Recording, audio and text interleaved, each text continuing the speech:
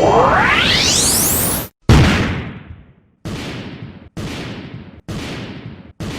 what's going on, you guys? It's your man James, aka JP, back again with another Toy Room haul video. And happy late Merry Christmas, Happy New Year if you're watching this after New Year. But Merry Christmas, Merry belated Christmas, because I didn't post a video on or around Christmas. But in today's video, we're going to be taking a look at my Christmas haul for 2020. Now, initially, before going to make this video, I thought, man, I really didn't get that much stuff for Christmas, like stuff to show off on the channel, because it's hard for people to buy me things, because as you guys can see with everything all around me, I just tend to buy myself everything I want when I see it. So I pretty much have a lot of things that people would want to buy me. But going to set up for this video and putting everything over here, I realized I actually had got a lot more stuff than I initially thought. And it's not just stuff that people got me, but also stuff that I picked up like right before Christmas or something like that. I'm going to be including in this video stuff that I bought for myself personally for the collection and whatnot.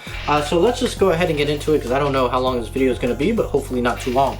So I got a bunch of stuff like all over the place. I'm going to be moving around a lot. I showed these off in the last video, but I know not everyone saw that video, so I just want to show them off real quickly. And that is the Power Rangers Lightning Collection. We have the pumpkin wrapper right here with that Target exclusive shiny packaging right here, and this thing just looks incredible. I can't wait to finally open this guy up.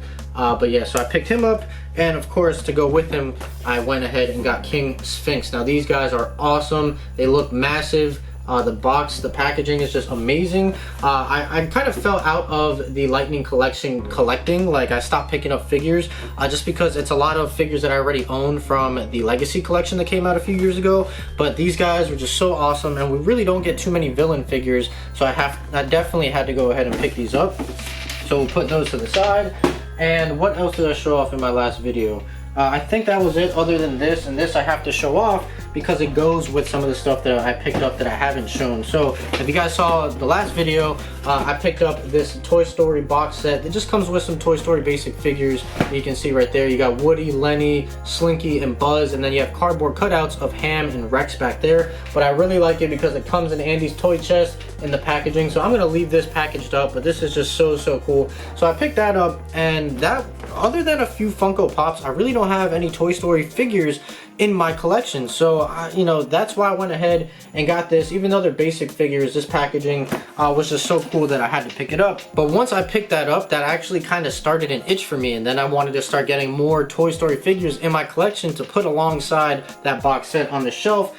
So that set had a cardboard cutout of Rex, but I went ahead and just picked up a regular standard basic version of Rex. Now he's not too massive, and he's probably the same size as Woody, so he doesn't fit in scale per se, but it is a basic figure. I didn't want to drop too much money on these Toy Story figures, so these were only like $8, I believe, and that box set was only like $20. I caught it on sale.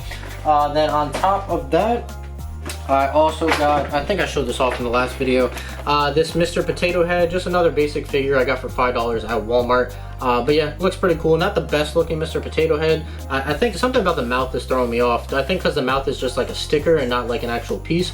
But either way, we've got a Mr. Potato Head. And then I also picked this up yesterday at the Disney outlet store for, what was the price on this? Only $10. It was originally $32.99, so I got a steal on this.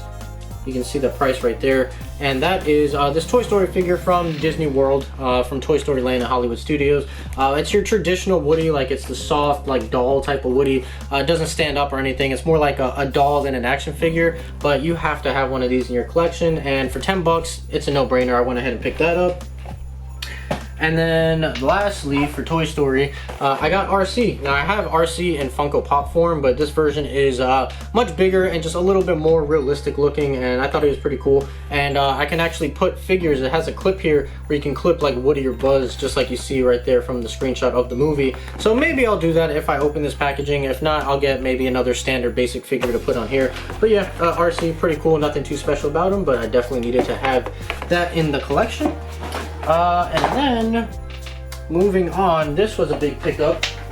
Just recently picked this up. In the last video I showed off Oh man, I can't remember the name of the characters, but let me go grab them real quick. Okay, so I picked up these guys in the last video, or I showed them in the last video. Zarax and Zork from the Ninja Turtles cartoon. These are the NECA figures. I mean, these things are massive and look absolutely amazing.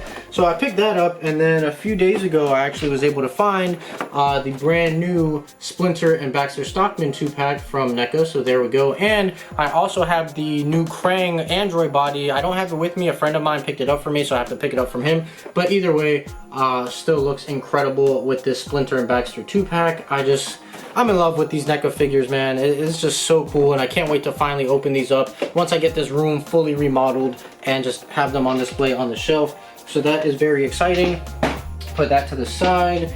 And what else? These are still all pickups that I picked up for myself, which is why I said I had way more than I initially thought.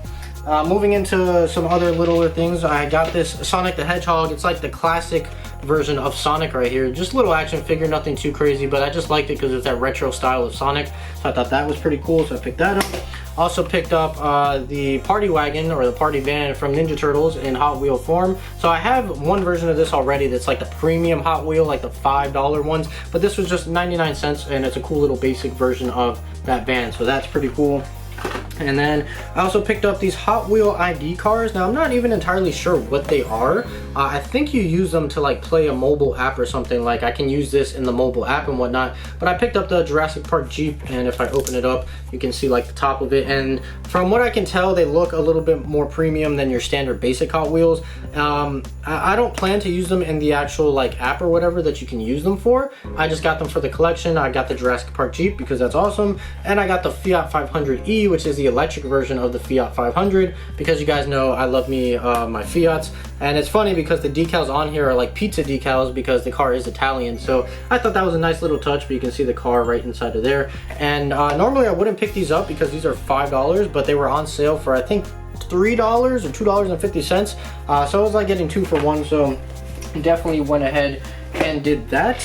And I think that is everything that I have picked up personally for myself. Now let's get into the Christmas haul. Now all the stuff that I picked up was within the last like week or so, right around Christmas, so I'm considering a Christmas haul. But this is all of the presents that I actually got for myself, or not for myself, but I got for me from other people. People gave me this stuff. So we'll start here with the Funko Back to the Future, the board game. Now I have a different version of this made by a different company, and I don't plan on actually playing this because it's like a weird like strategy type of game, and I'm not really into that, but I definitely wanted to pick this up for the collection, but I never did. But my brother actually picked it up for me, and it's very cool. I can't wait to actually at least open it up and take a look at what's inside, because they do have some really nice attention to detail stuff in this set from Funko, so that's pretty cool. What else did I get? I got this Star Wars R2-D2, the original trilogy. Now what does it do? It says try me, but it doesn't actually do anything. The batteries might be dead, but it's a really cool figure. It's really detailed. It's the R2 when he came out of the swamp, I believe, when they went to see Yoda. So that's really cool. It's got great paintwork and everything on there for like a basic standard figure that's not Black Series.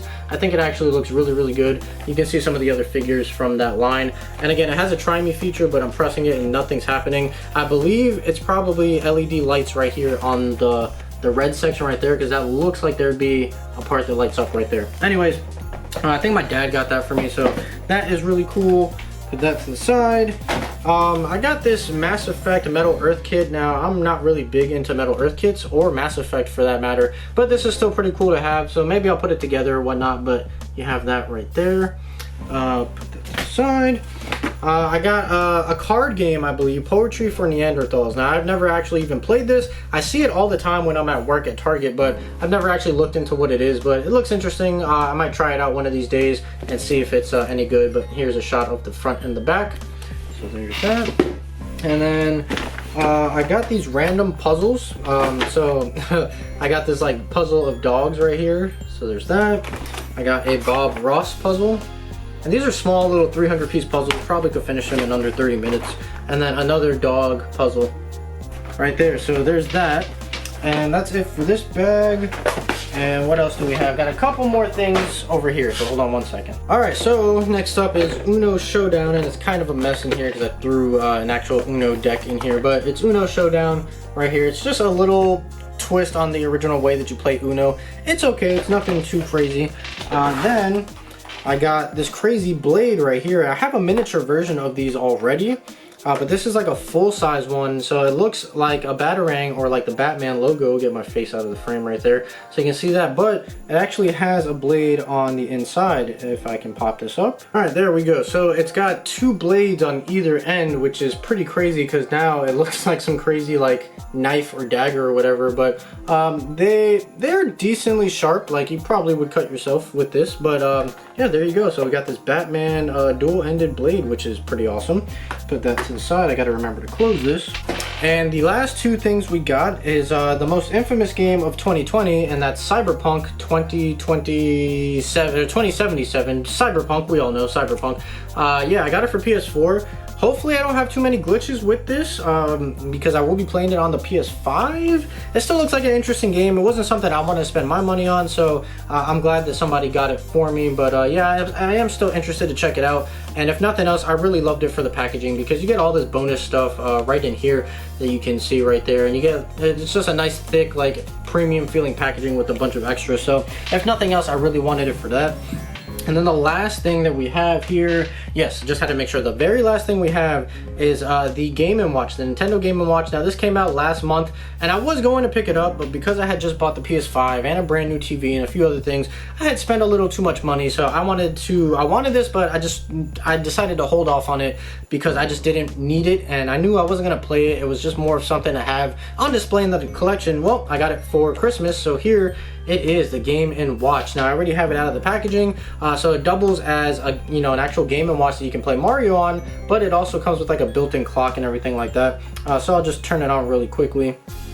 And wow, so I didn't even realize it has like a quick resume feature, so wherever I left off, it just picks up right there. So we'll reset the game. So there you go. So the screen is actually very nice and clear and pretty bright and vibrant. The sound is okay. The sound's just firing out of this one little speaker grill that's right here. I don't know, hold on one second. You guys can't really see, but right where my finger is, there's just one little speaker grill, and the sound, honestly, it sucks. The sound's not great. And playing it's a little weird just because the buttons don't feel like the NES do. It feels like the Game & Watch, which it's intended to, but playing this game, I don't know, the buttons are weird, but it's a cool little thing to have. And it also doubles as a clock. So you can see that right there is an actual working like clock. I don't think you can make alarms on it or whatever, but it comes with a USB-C input right here, so you can plug it in and just leave it on display as a clock if you wanted to keep it by your bedside. Now, me personally, while I think that's cool, I don't know that I'm going to do that because I feel like the image would probably get burned into the screen, so I'm definitely not going to do that. But it is really cool to have this in my collection. I don't have like an actual Game & Watch, so this is the closest thing I'll have to it. So that is really, really cool. And there it is, you guys. There is my Christmas haul for 2020. Now, like I said, honestly, I got way more than I thought I was gonna have before I started this video. Once I started pulling everything together and stuff that I received as well as stuff that I bought for myself, I realized, oh man, I actually do have quite a bit of stuff, and this video is gonna be kind of long, and I'm looking at it, it's probably about a 14-minute video right now. So I'm gonna go ahead and wrap it up here. But let me know down in the comments below, what did you guys get for Christmas? What was your favorite present, or just what you got in general? Let me know down in the comments below. So I hope you guys enjoyed this video. If you did, make sure you like, comment, and subscribe. Share this video with your friends. Be sure to follow me on Instagram. That link's in the description down below. I'm gonna go ahead and get on out of here. So as always, guys, stay tuned for more, and I'll see you guys next time.